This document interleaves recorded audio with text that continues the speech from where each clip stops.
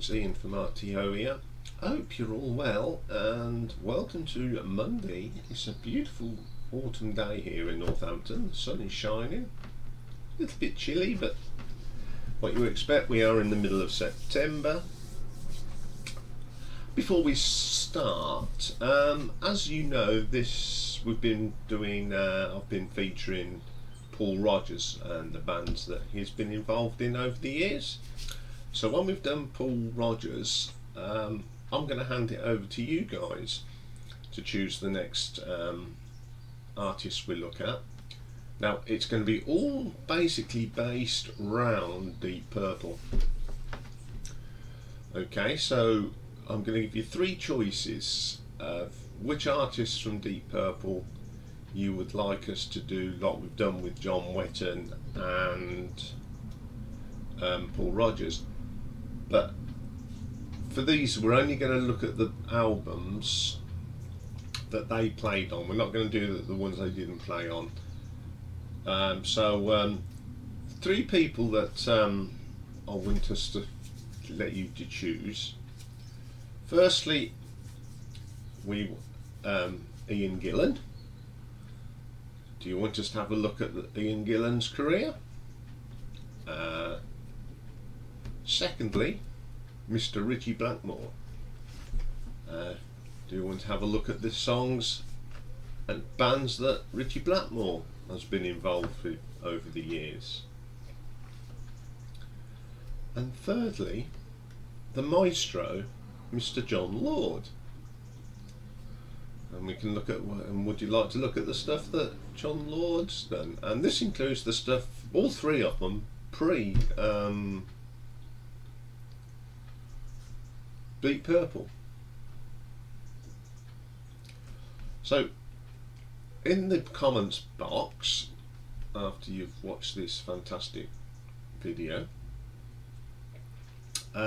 just put who you'd like. Just put, I'd like to see John Lord, Ian Gillan or Ritchie Blackmore. I'm also going to put a poll up on my Twitter page and also on the Facebook pages. So if you're members of them as well, there is going to be a poll on there. I'm going to put it up later today and it will run till Thursday. And then when I'll tell you the results in the update show. So that's, again, do you want to look at the music careers of either Ian Gillan, Ritchie Blackmore or John Lord? Okay, let's crack on with today's offering. This is another part of the Paul Rodgers series, and we're today just going to concentrate on the very short career of the band The Firm that he was in. Okay, the band was formed in 1984.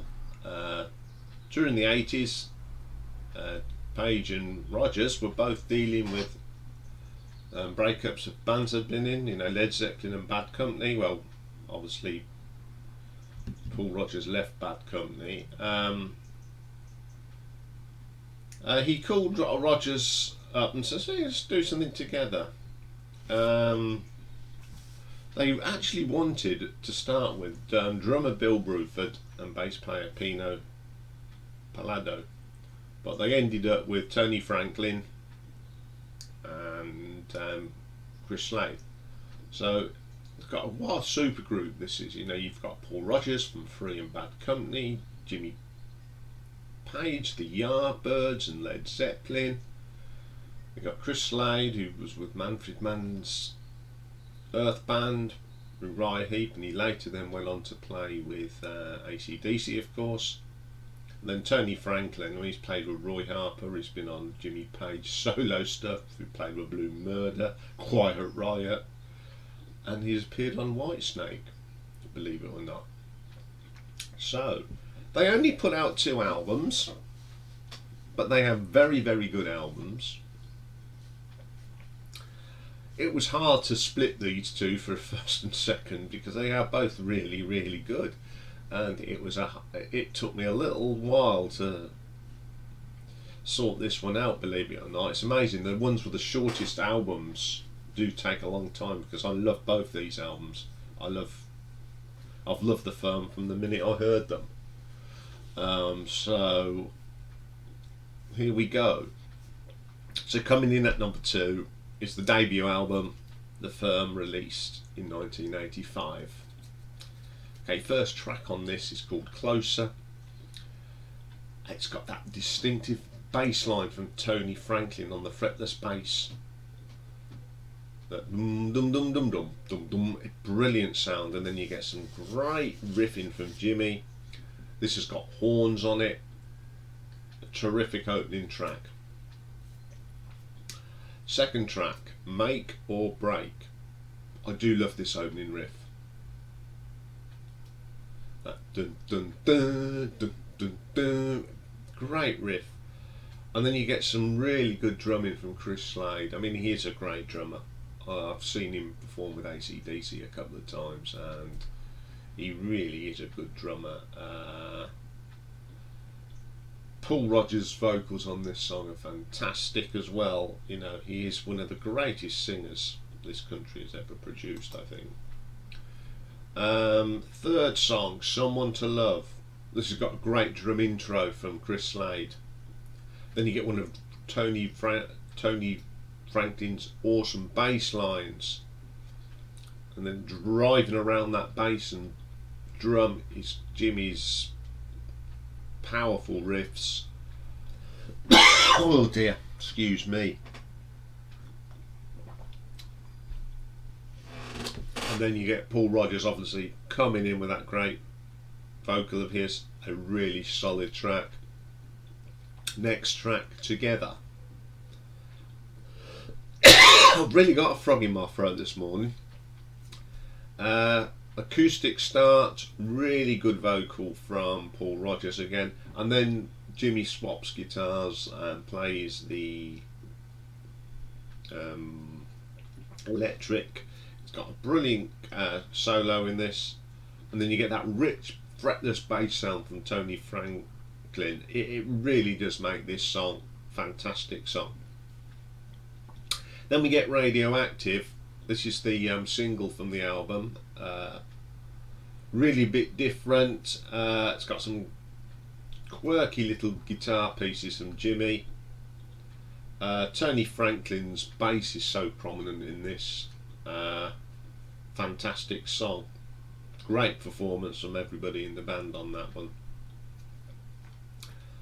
Then we get a cover of the Righteous Brothers, You've Lost That Loving Feeling. Not a bad cover, but personally it's not my favourite track on the album. That's all I can say on that, really. It's a little bit different. The bass line in it's terrific. Of course, Tony Franklin is a fantastic bass player. Money Can't Buy. Solid track, but it hasn't got the same impact that the rest of the tracks, although it's got some great, again, some great guitar work from both Jimmy and Tony. Really makes the track worth listening to. Although it's not one of my favourites, I do like the guitar solo on this. Satisfaction Guaranteed. Very influenced, I think, by all the guys who they've played with before.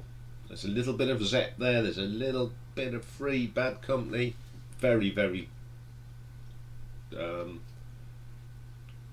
different track.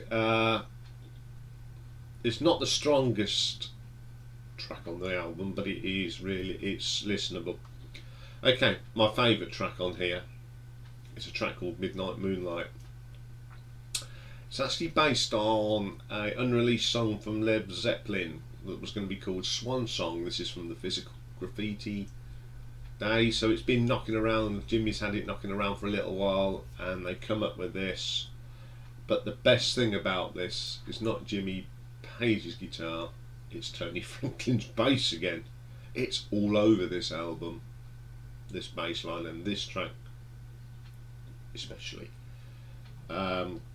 And it is great live too.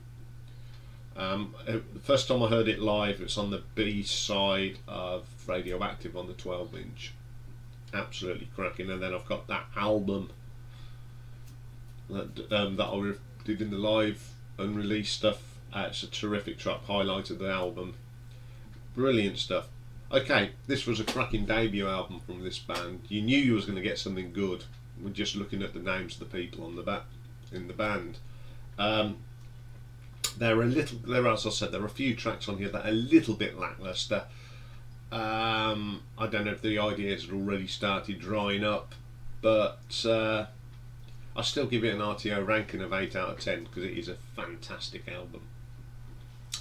So, coming in at number 1 is the second and final album, released in 1986, Mean Business. Same lineup, of course. First track, Fortune Hunter.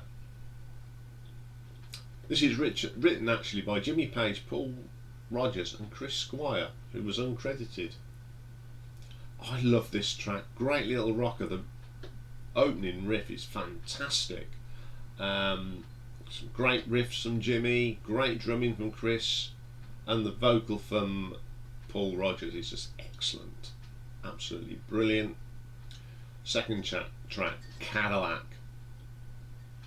Tony Franklin's best performance with the firm. His bass line in this is just awesome.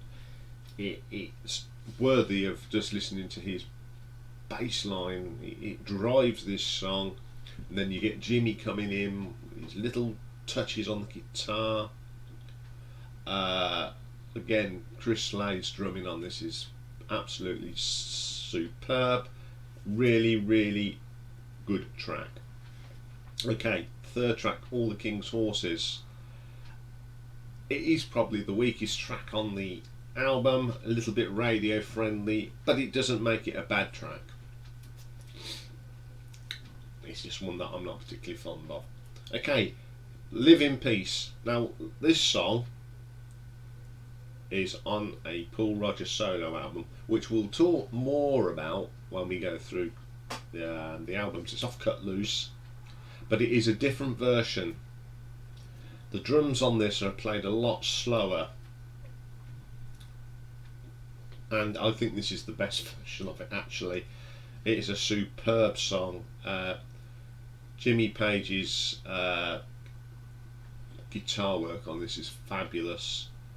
Very, very, very, very good track. I love this track. I've always liked this track. The first time I heard it obviously was on the Paul Rodgers solo album, but this to me is the definitive version. Again, another track that sounds great live.